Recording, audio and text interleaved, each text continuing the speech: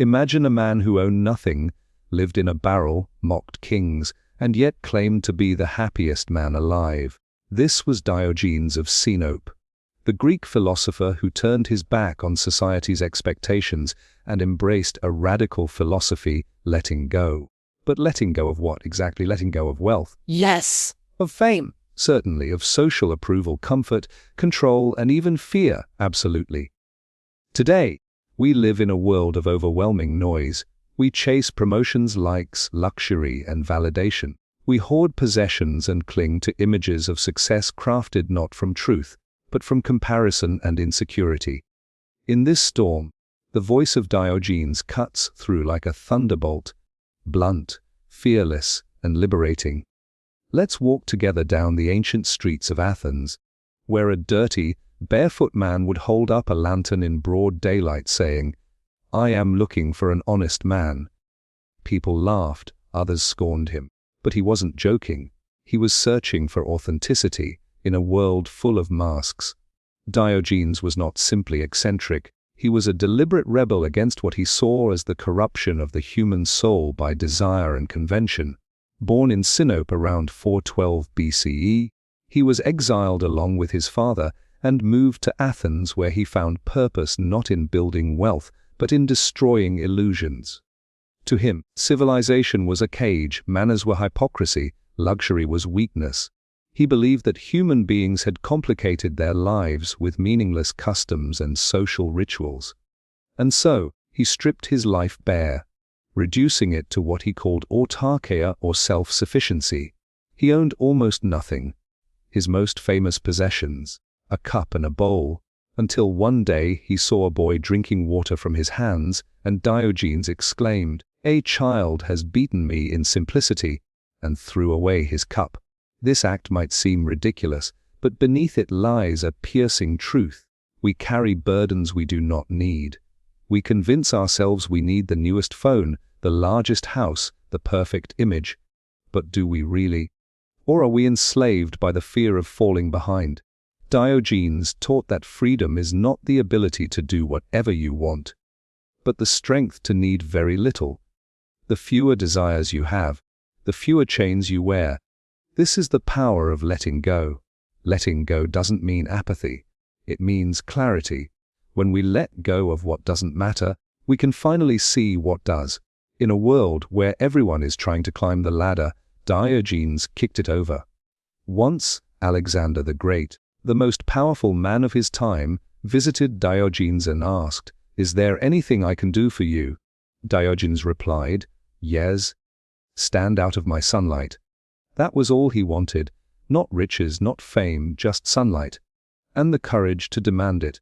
This single sentence reveals the entire depth of Diogenes' wisdom. When you no longer seek anything from the world, you are free from its power. Can you imagine the strength it takes to look the ruler of the known world in the eye and ask for nothing? We live today in an age where identity is often confused with consumption. We are told that our value is measured by what we own, how we look, or what people think of us. Diogenes challenges this lie. He asks, what if you were stripped of all titles, all possessions, all followers? Who would you be then? Could you still smile?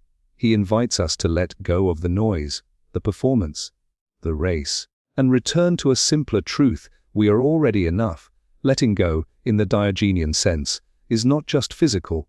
It is emotional, mental, and spiritual. Let go of resentment. How much pain we carry because we refuse to forgive. Diogenes didn't waste time on grudges. He didn't see the point. Why be angry at someone who is foolish? That would make you foolish too. Let go of comparison. Diogenes laughed at those who bragged about wealth or lineage. To him, pride based on things outside your control was ridiculous. He believed in virtue, not in vanity.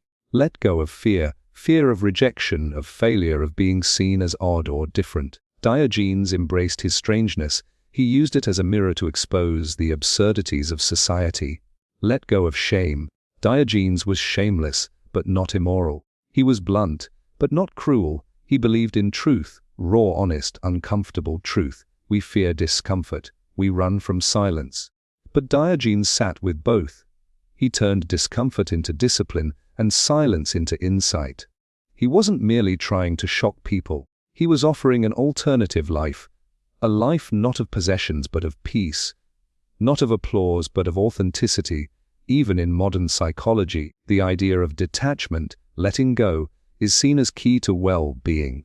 Mindfulness, minimalism, stoicism, cognitive behavioral therapy, they all, in their own ways, echo Diogenes. He was a minimalist before the word existed, a rebel before punk, a philosopher of freedom who needed no institution, no lecture hall, only truth. Now, does this mean we should all go live in barrels and throw away our shoes? Not necessarily. Diogenes is not a model to be copied literally. He is a question to be wrestled with. What am I holding on to that no longer serves me? What am I chasing that only feeds my emptiness? Who am I when I stop pretending? Diogenes won't give you easy answers.